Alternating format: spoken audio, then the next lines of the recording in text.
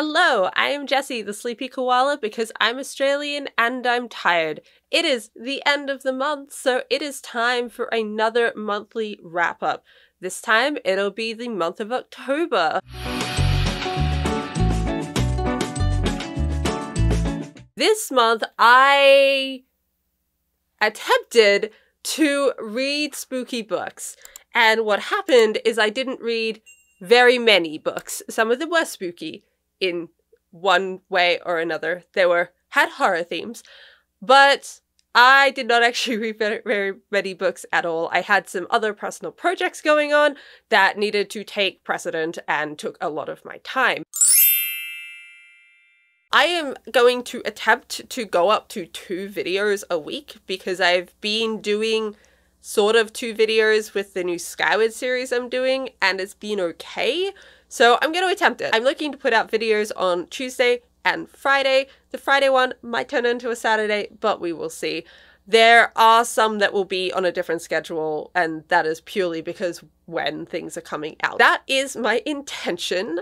I hope people like them, and I hope I can keep it up. If not, I'll just go back to 1 video a week. I'll just see how it goes. I did manage to read a few things, and by that I mean I DNF'd everything except 1 book this month for various reasons. Let's start with the book that I didn't DNF and I actually enjoyed. ReDawn by Brandon Sanderson and Janci Patterson. This book just came out at the end of October. It is the 2nd novella in the Skyward Flight series, and it was wonderful.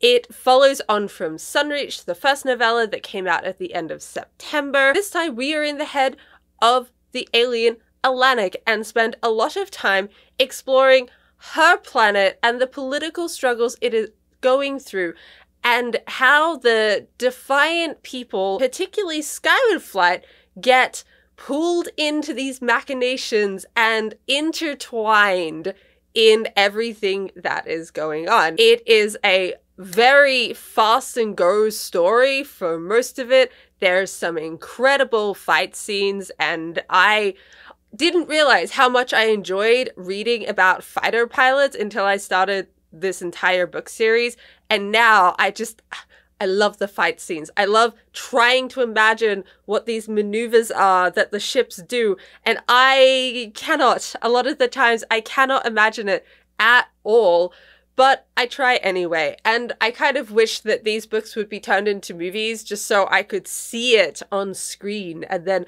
I could see how awesome it would be to have these battles play out. But we have some incredible battles. We have some really good political intrigue, and there is a rescue mission at one point. We get to meet some new characters. We get some more subspecies of aliens. There's a lot more character development. Going off Sunreach, where it's FM based, there is still a lot of FM character development in this. There's also Jorgen character development. We get some Arturo character development. And of course we get Atlantic, who we really don't know much about until this novella, because she was in a coma until Sunreach, where she up and disappeared. It is a very fun read. It is very fast and tightly paced. It is very different to Sunreach. Sunreach, I found, was slower in a fun way. It was much more character development based. It was smaller in scope. This is very much more, we have to help people, we have to rescue them, we have to do battles, and we're going through these fast, intense battles to do so. And that does keep up throughout most of the book. We also learn more about the cytonic powers, which is very cool and interesting because we still don't know very much about them. But of course, Atlantic is a cytonic, so we get to learn more about her. As I said in my last wrap-up video, I give A+ stars, kudos to Janci Patterson for the writing in this, because she also did most of the actual writing, and then Brandon and Janci split the revision. and I thought it was great. Again, I think the prose flows incredibly well, not only from the first novella, which she also wrote, but from the rest of the series. It does not really jump out to me all that many differences, if any, between reading Skyward and Starside and then going straight to these novellas. I don't get the feeling from the writing that they're different people. The fact that Sunreach has really good romance in it, I definitely get. That doesn't sound like Brandon at all. Brandon does not do good romances. Speaking of romances, there is a potential romance that comes up in this book, and I am intrigued, to say the very least, to see where that goes in the future. If it goes anywhere. Who knows? ReDawn was a great second novella out of this triplet of novellas being put out. I highly recommend it. It is full of spoilers, not only for the book before it, Sunreach, but also the first two main books as well, Skyward and Starside. Be aware you can't just pick this one up and read it, unless you don't care about spoilers, but honestly it probably wouldn't make that much sense either if you started here. But they follow on really well from all the other books, so I highly recommend the entire series. These three novellas also go alongside the third book, Cytonic, which is out in November 2021. We've been told that it doesn't really matter which order you read the novellas versus Cytonic in. You can read the novellas first, you can read Cytonic first. The third novella does come out after Cytonic, but again, it seems to be you can either read all three beforehand, or if you want to go to Cytonic 1, very much up to you. But I look forward to being back at the end of November so I can talk about the third book, Cytonic, because I do love this series, and even though I had some issues with the second book, it wasn't bad, it was just I wanted things to happen that didn't. And that's not a bad thing, that's just a creative choice by Brandon, and I can acknowledge that. So I really love this series, and I'm really excited for the third book to come out, because I really want to know what happens next. And getting these novellas is just, it's like the icing on the cake. You just get something extra. And it's been wonderful. I have loved these novellas so far, and I am really excited for the third one as well. We have to wait till Christmas time, but I guess Merry Christmas to us once we finally get it. It should be very exciting, and again, I recommend the Skyward series if you are interested in a cross between sci-fi with a bit of magic thrown in. It's great. Highly recommend. Okay, onto the books that I DNF'd. The other three books I read this month, I DNF'd for multiple reasons. The first one is Anxious People by Fredrikbackman. I didn't quite know what to expect when I went into this book. I have heard very good praise for Backman and his writing style and his prose and his stories in general. I hated it. I hated it all. I could not get behind it. The actual story sounded very interesting, and I did like the way he was going at it. It is about a hostage situation that has gone wrong. The book picks up with the interviews of those involved and the witness to try and piece together what exactly happened. Unfortunately, everything about the characters felt like it was over the top and overdone for me. And I also think that this is kind of deliberate. Like, Backman is trying to get that response out of you of, oh my god, I can't believe this person is like this. For me, that didn't make an enjoyable reading experience, even if that's what the author intended. The characters, I just couldn't get into them. There was also things that some of the characters did that just didn't seem realistic for the situations they were in. There are these witnesses in this police interview room, and they're doing things that I really feel like the police would not let you do. They're not going to let you sit in the corner to charge your phone so you can use it instead of doing this interview that they need you to do, because it seems like people died. I didn't quite get far enough to figure that out completely. But even the police officers, the two police officers involved are a father and a son. Initially, I really liked their interactions and the conflict that was between them, the tension of the younger son who's really go-getting and the older father who's been there for ages and just like, nah, we just do it this way. And the whole don't tell me what to do, dad. Unfortunately, the whole don't tell me what to do, dad just came up in the interview room with witnesses. Maybe it's just the part of me that hates unprofessionalism, but I just can't see police officers actually acting like that. And I didn't get the sense that the son was brand new to the job either. There was just little things like that that took me out of the story because they didn't seem realistic. I just had so much trouble getting into the minds of these characters because they felt like caricatures of people to me. On top of this, and this is just my preferences. I know that other people are probably really into this and other people probably love this book because of this, but I really struggled with how much Backman goes on these winding tangents or overly detailed informational dumps that maybe eventually get to the point, but we've gone for pages and pages, or at least like listening to it on audiobook like I did, minutes of this info dump of something that doesn't need this much information. I like characters and I like backstories, but I just have trouble with someone going through this person's life point by point by point by point when we don't even know their name. So much of it did not seem relevant at all. And I think that's the thing, is if you're going to have a backstory, there needs to be a reason that you're having this backstory or this flashback sequence.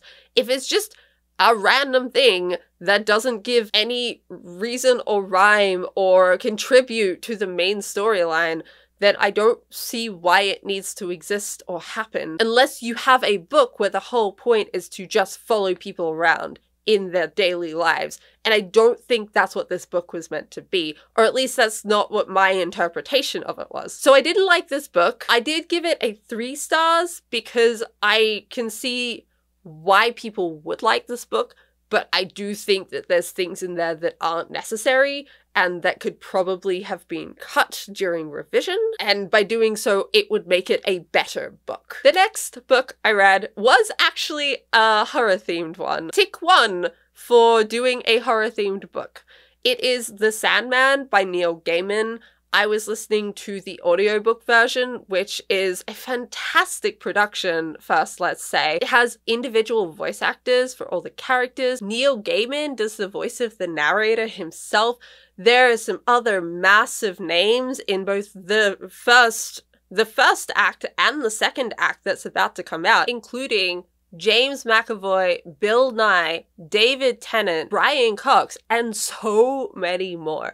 There are some big names attached to this project, and they do very well from what I listened to. I didn't like the violence in this story, and particularly listening to it on audiobook, it was very violent and very gruesome and described in a way that was very realistic to what was happening. That was just way too much for me. I have figured out this month through 3 different mediums that were completely separate that I am not one for a lot of body horror, and I would definitely say that this was full of violence and body horror.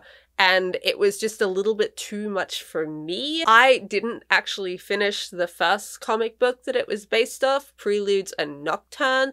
I did really enjoy the beginning. I enjoyed following Morpheus as he came back to his realm and started searching for his belongings. That was great. And James McAvoy does amazing as Morpheus. But it did hit a point not long after that it turned really, really violent and descriptively gruesome. People hurting themselves and doing really bad things. So, massive trigger warning for The Sandman, I must say, of violence, bodily harm, descriptions of gore, just quite a number of things. If you are not someone who likes body horror as a genre of horror, I don't think I would recommend this to you at all. I got to the part where a lot of this was happening when I was on my morning walk and it was still dark and I was walking down this very creepy street with a bunch of abandoned little houses that are all boarded up. So it's quite a creepy street. and was listening to these people hurting each other, and it was quite descriptive.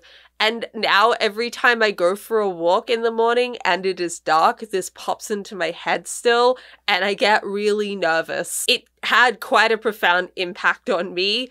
So if you don't like this stuff, maybe give this one a skip and appreciate that it's good for someone else, because that's what I'm doing.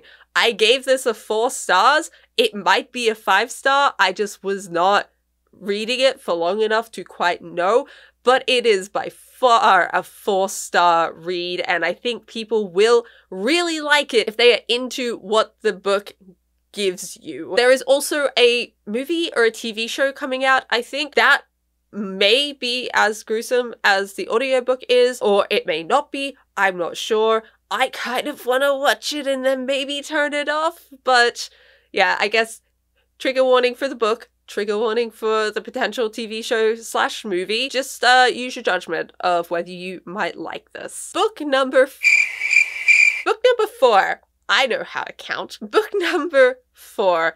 This one I also DNF'd. Again, it was because of body horror, mostly. It is, and technically it wasn't a book, but a series, but my aim was to read all 3 books in the series. It was Uzumaki by Junji Ito.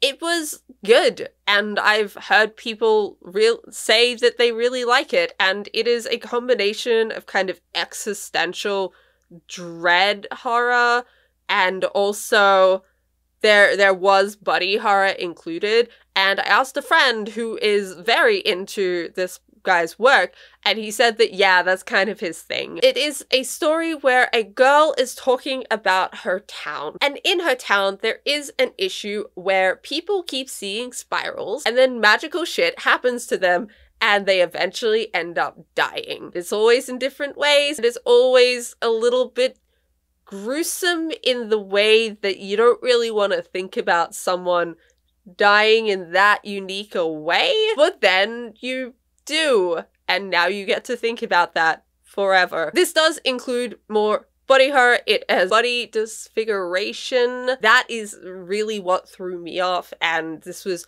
not long after I finished The Sandman, so I was pretty tapped out on body horror to begin with, and then this happened. So that didn't go so well. But if you're into that type of stuff, this guy is apparently very good with it, and in this manga he does do very well with it as well. There is also a lot of existential dread that comes from these books. Definitely the themes he plays with in the manga series are something that I could see people taking with them once they're finished reading.